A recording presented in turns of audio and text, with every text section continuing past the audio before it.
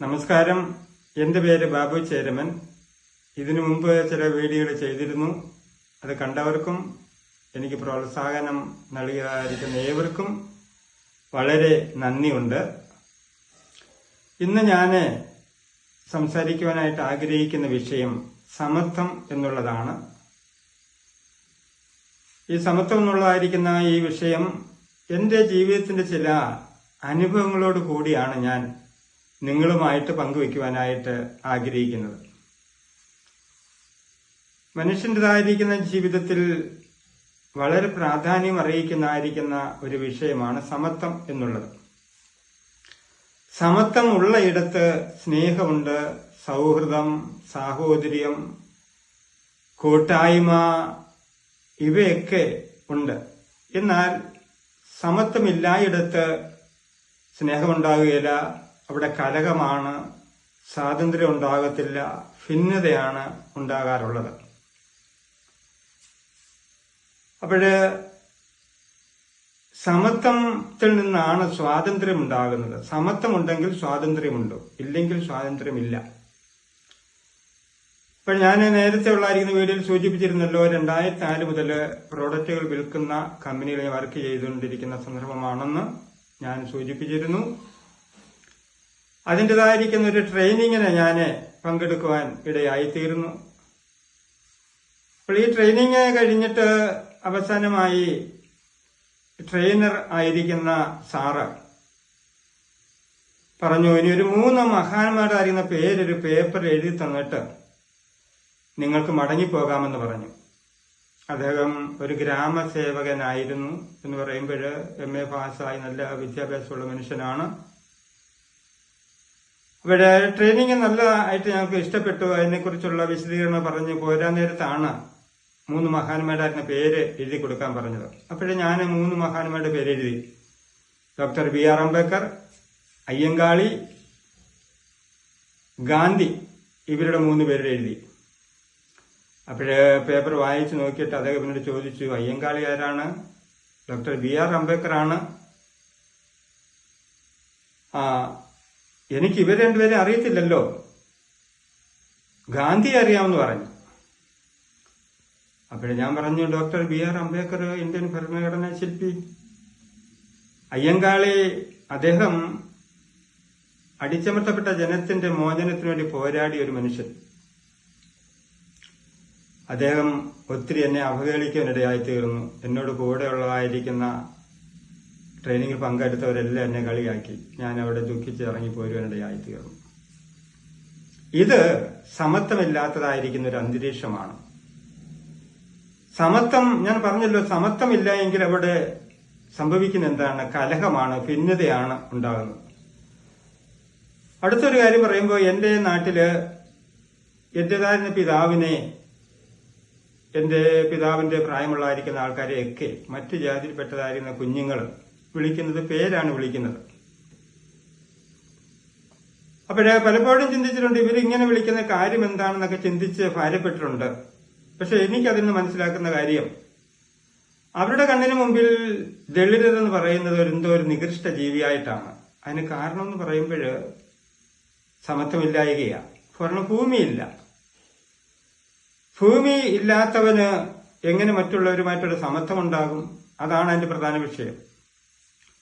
പിന്നെ ഒരു കാര്യം ഞാൻ ചിന്തിക്കുമ്പോൾ, ചേരി പ്രദേശത്തായിരുന്ന കാര്യങ്ങൾ, ചേരി പ്രദേശം എന്ന് പറയുമ്പോൾ ലക്ഷം വീട് കോളനികൾ, ഇവ ലക്ഷം വീട് കോളനി എന്ന് പറയുമ്പോൾ 2 സെന്റോ 3 സെന്റോ ഉള്ളതായിരിക്കുന്ന ഭൂമിയിൽ ഒരു വീട് വെച്ചുള്ളതായിരിക്കുന്ന താമസമാണ് ലക്ഷം വീട്. അപ്പൊ അവിടുത്തേതായിരിക്കുന്ന കുഞ്ഞുങ്ങൾക്ക്, അവരുടെ മാതാപിതാക്കൾക്ക് നല്ല ഭക്ഷണം കൊടുക്കുവാനോ വിദ്യാഭ്യാസത്തിൻ്റെതായിരിക്കുന്ന കാര്യങ്ങൾക്ക് അവരോട് സംസാരിക്കാനോ ഒന്നും തന്നെ അവർക്ക് സാവകാശമില്ല. കാരണം പ്രഭാതമാകുമ്പോഴേ അവര് ഭക്ഷണമുണ്ടാക്കുന്ന ഉപജീവന മാർഗത്തിന് വേണ്ടി ഇറങ്ങിപ്പോകുന്നു, സന്ധ്യയാകുമ്പോൾ വീട്ടിൽ വരുന്നു. കുഞ്ഞുങ്ങളെ നിയന്ത്രിക്കാനൊന്നും അവർക്ക് കഴിയുന്നില്ല. അപ്പോൾ ഇങ്ങനെ വളർന്നു വരുന്നതായിരിക്കുന്ന കുഞ്ഞുങ്ങള്, അവര് വളർന്നു വരുമ്പോഴായിരിക്കുന്ന മനസ്സ് വല്ലാത്തൊരു വികലമായി പോകുകയാണ്. അവർ സമൂഹത്തെ വെറുക്കുന്നു, മാതാപിതാക്കളെ സ്നേഹിക്കാൻ കഴിയുന്നില്ല. പിന്നെ അവരുടേതായിരിക്കുന്ന മനസ്സ് ഒരു ക്രിമിനൽ പശ്ചാത്തലത്തിലേക്ക് അവരുടെ മനസ്സ് മാറും.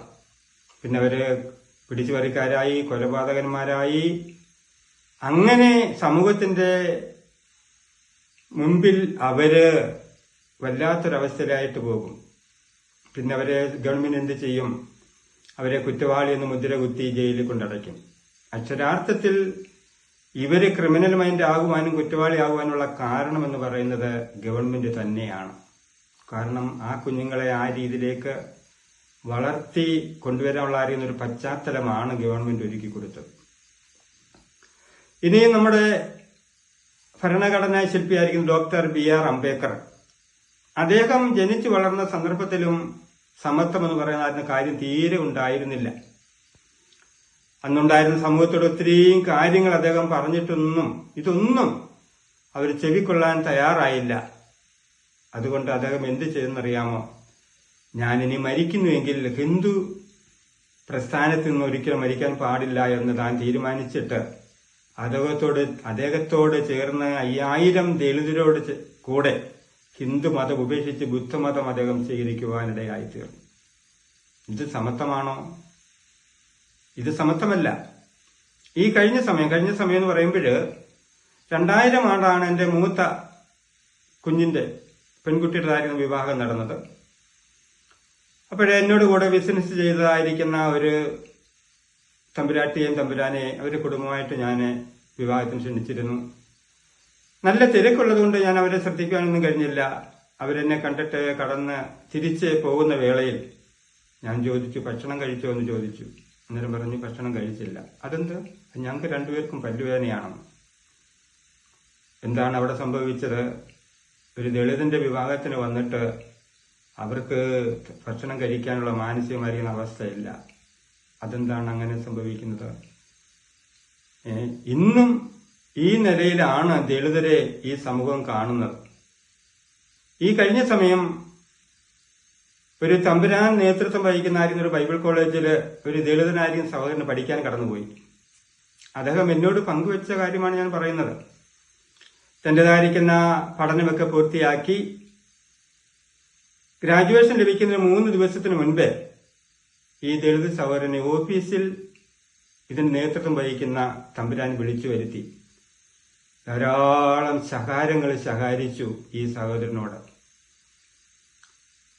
അവസാനം പറഞ്ഞു, നിനക്ക് ഞാൻ ഗ്രാജുവേഷൻ തരുത്തില്ല എന്ന് പറഞ്ഞു. അപ്പോഴ് ഈ സഹോദരൻ ചോദിച്ചു, സാറേ കാരണം എന്താണ്? എനിക്ക് ഗ്രാജുവേഷൻ തരാതിരിക്കാനുള്ള കാരണം എന്താണ്? അപ്പോൾ ഒത്തിരിയും കാര്യങ്ങൾ നിരത്തി വയ്ക്കുകയാണ്, ശകാരങ്ങൾ. ഈ ശകാരങ്ങൾ കേട്ട ഈ വ്യക്തി വളരെ കോപിഷ്ഠനായി തീർന്നു. എങ്കിലും ഇവന്റേതായിരിക്കുന്ന കോപത്തെ ഇവൻ അടക്കി. അവന് പിന്നീട് എന്തായിരുന്നാലും അവര് ഗ്രാജുവേഷൻ കൊടുത്തു. അങ്ങനെ ഗ്രാജുവേഷൻ ലഭിച്ച് അതിന്റെ പടി ഇറങ്ങുവാനിടയായി തീർന്നു. അപ്പോൾ ഞാൻ ഈ പറഞ്ഞിരിക്കുന്ന കാര്യങ്ങളൊക്കെ സമത്വമില്ലാത്തതായിരിക്കുന്ന അവസ്ഥയാണ്. ഇപ്പൊ സമത്വം എന്ന് പറയുന്നതായിരിക്കുന്ന ഒരു വസ്തുത സകല മനുഷ്യന്റെ ജീവിതത്തിൽ വളരെ അത്യന്താപേക്ഷിതമാണ്. സമത്വമുണ്ടെങ്കിൽ അവിടെ സ്വാതന്ത്ര്യമുണ്ട്, സാഹോദര്യമുണ്ട്, കൂട്ടായ്മയുണ്ട്, സ്നേഹബന്ധമുണ്ട്. ഇവയില്ലെങ്കിൽ അവിടെ എല്ലാം ഭിന്നതയാണ് വരുന്നത്. അതുകൊണ്ട് എനിക്ക് സമൂഹത്തോട് പറയാനുള്ളത്, ഇനിയെങ്കിലും ഒരു സമത്വമുണ്ടാകുന്ന ഒരു രാഷ്ട്രം നമ്മുടേതായിരിക്കുന്ന ഇടയിൽ ഉണ്ടാകട്ടെ. സ്നേഹമുണ്ടാകട്ടെ, സൗഹാർദ്ദമുണ്ടാകട്ടെ, സമത്വമുണ്ടാകട്ടെ, സന്തോഷമുണ്ടാകട്ടെ. ദളിതനെന്നോ സവർണനെന്നോ അധകൃത വർഗമെന്നോ ഇല്ലാതെ സമത്വസുന്ദരമായിരിക്കുന്ന ഒരു രാജ്യമുണ്ടാകുവാൻ ഞാനും ആഗ്രഹിക്കുന്നു. അപ്പോഴ് ഞാൻ വീഡിയോ നിർത്തുവാനായിട്ട് തീരുമാനിച്ചു. ഏവർക്കും നന്ദി, നമസ്കാരം.